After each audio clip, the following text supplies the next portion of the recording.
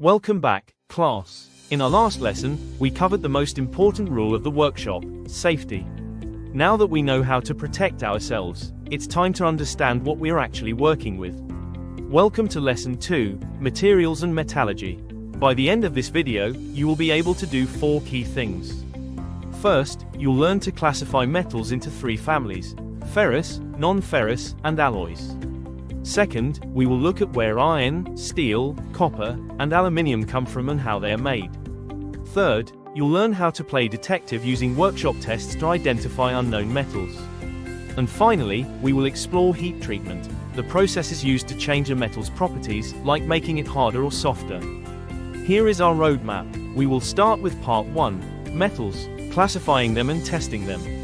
Then, Part 2, production, how we get from rocks in the ground to shiny metal. And Part 3, heat treatment, how we use fire and heat to engineer the metal. Let's jump into Part 1, metals, their sources, properties, and tests. Imagine you are an engineer. How do you choose a material strong enough for a skyscraper but light enough for an airplane? Whether it's a simple screw or a complex engine, the safety and life of the product depend on choosing the right metal. To make that choice, we first need to understand the families of metals. In our workshop, all metals fall into 3 primary groups. First, ferrous metals, which contain iron as their main component and are usually magnetic. Second, non-ferrous metals, which do not contain iron. These are non-magnetic and resist rust. And third, alloys, which are mixtures of 2 or more elements designed to be stronger or better than the pure metal alone. Let's meet the workhorses, ferrous metals. They are strong, but their weakness is that they rust easily. This family includes wrought iron, used for decorative gates. Cast iron, which is very hard but brittle, perfect for engine blocks and vices. And carbon steel, the backbone of construction and car bodies. Next are the specialists, non-ferrous metals. Since they lack iron, they don't rust and are great conductors of electricity. We have aluminium, which is very lightweight and used in aircraft. Copper, which is an excellent conductor for electrical wiring. And titanium, known for being lightweight yet incredibly strong, used in medical implants. Then we have the engineered elite, the alloys. By melting elements together, we enhance their properties. For example, adding chromium to steel creates stainless steel, which resists rust and is used for cutlery. For instance, mixing copper and zinc creates brass, which is excellent for musical instruments.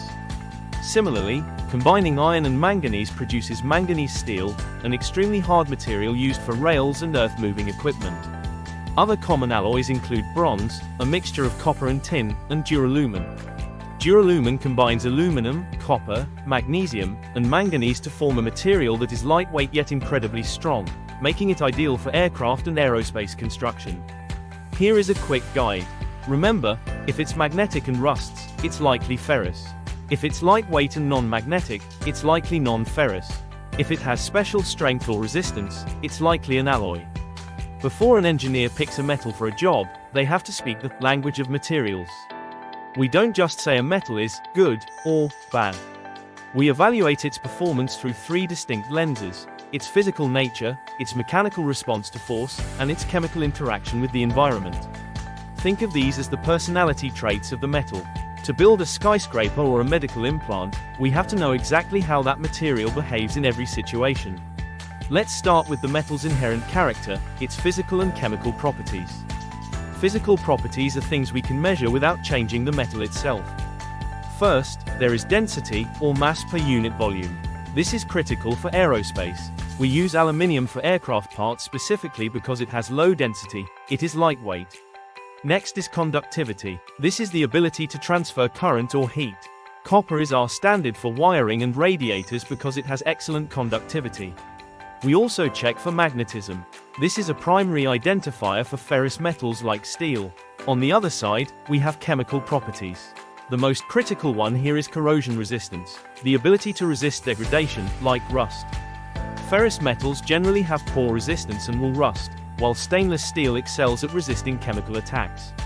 Now, we move to mechanical properties. This describes how a metal behaves when we apply external force, when we squeeze, pull, or hit it. It is vital that you don't confuse these terms.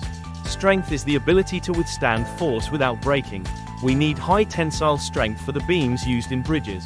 Hardness is the ability to resist scratching or indentation. High carbon steel is used for cutting tools because it is hard enough to keep a sharp edge. Toughness is the capacity to absorb shock without shattering. It is the opposite of brittleness. We use mild steel for hammerheads because they must endure sudden impacts. Finally, we have ductility and malleability. Ductility means the metal can be drawn out into a thin wire, like copper. Malleability means it can be hammered or rolled into a thin sheet, like aluminium for car body panels. Imagine you're in the workshop and you find a piece of metal with no label. How do you identify it? You don't need a laboratory, you just need your senses and a few simple tools. We call these workshop tests. First, use your eyes for the visual test. Color is your biggest clue. Is it reddish-brown? That's almost certainly copper. Is it a dull, dark gray? That's likely cast iron. Is it bright, shiny, and very light in color? It could be aluminium. Next, reach for a magnet for the magnetic test. This is the fastest way to separate the families. If the magnet sticks, you are holding a ferrous metal, like steel or iron. If it doesn't stick, you have a non-ferrous metal or perhaps certain types of stainless steel alloys. For a more advanced clue, we use the spark test. By holding the metal against a grinding wheel, we look at the streamer of sparks. Mild steel produces long, straight, yellowish-white sparks with few explosions at the end. High carbon steel produces a dense, bushy shower of sparks that look like tiny white stars or bursts. Cast iron produces short, dull red sparks that turn to straw color. Finally, we have the hammer and sound tests. If you hit the metal with a hammer, does it ring like a bell? That's often a sign of a hard steel. Does it make a dull thud? That's typical of lead or soft aluminium. Does it bend? Then it's malleable. Or does it shatter into pieces? If it breaks, it's brittle, a classic sign of cast iron. By combining these tests, you can identify almost any material in the shop. To wrap up our first section on metals, we have to look at the stress tests. It's one thing to guess a metal's properties, but engineers need proof. We do this through two main types of mechanical testing: destructive and non-destructive testing. First, let's talk about destructive testing. Just like the name suggests, in these tests, we intentionally push a sample piece of metal until it breaks or deforms forever. For example, in a tensile test, we pull a metal bar from both ends until it snaps to measure its strength and elasticity. In an impact test, we hit a notched bar with a heavy pendulum to see how much energy it can absorb. This tells us about its toughness. These tests are great for research, but obviously, you can't use the part afterward. Next, we have non-destructive testing, or NDT. These tests allow us to check the quality of a part without damaging it at all, meaning the part can go right into service after the test. We use X-rays or ultrasonic waves to look deep inside the metal for tiny cracks or air bubbles that the eye can't see. We also use dye-penetrant tests, where we spray a bright liquid on the surface to reveal hidden surface cracks. NDT is what keeps airplanes in the sky and bridges standing, as it allows us to inspect them regularly for safety. And that brings us to the end of part 1. We've classified our metals, explored their properties, and learned how to test them. Now that we know what these materials are, it's time to find out how they are made. Now, let's look at part 2, the production of metals.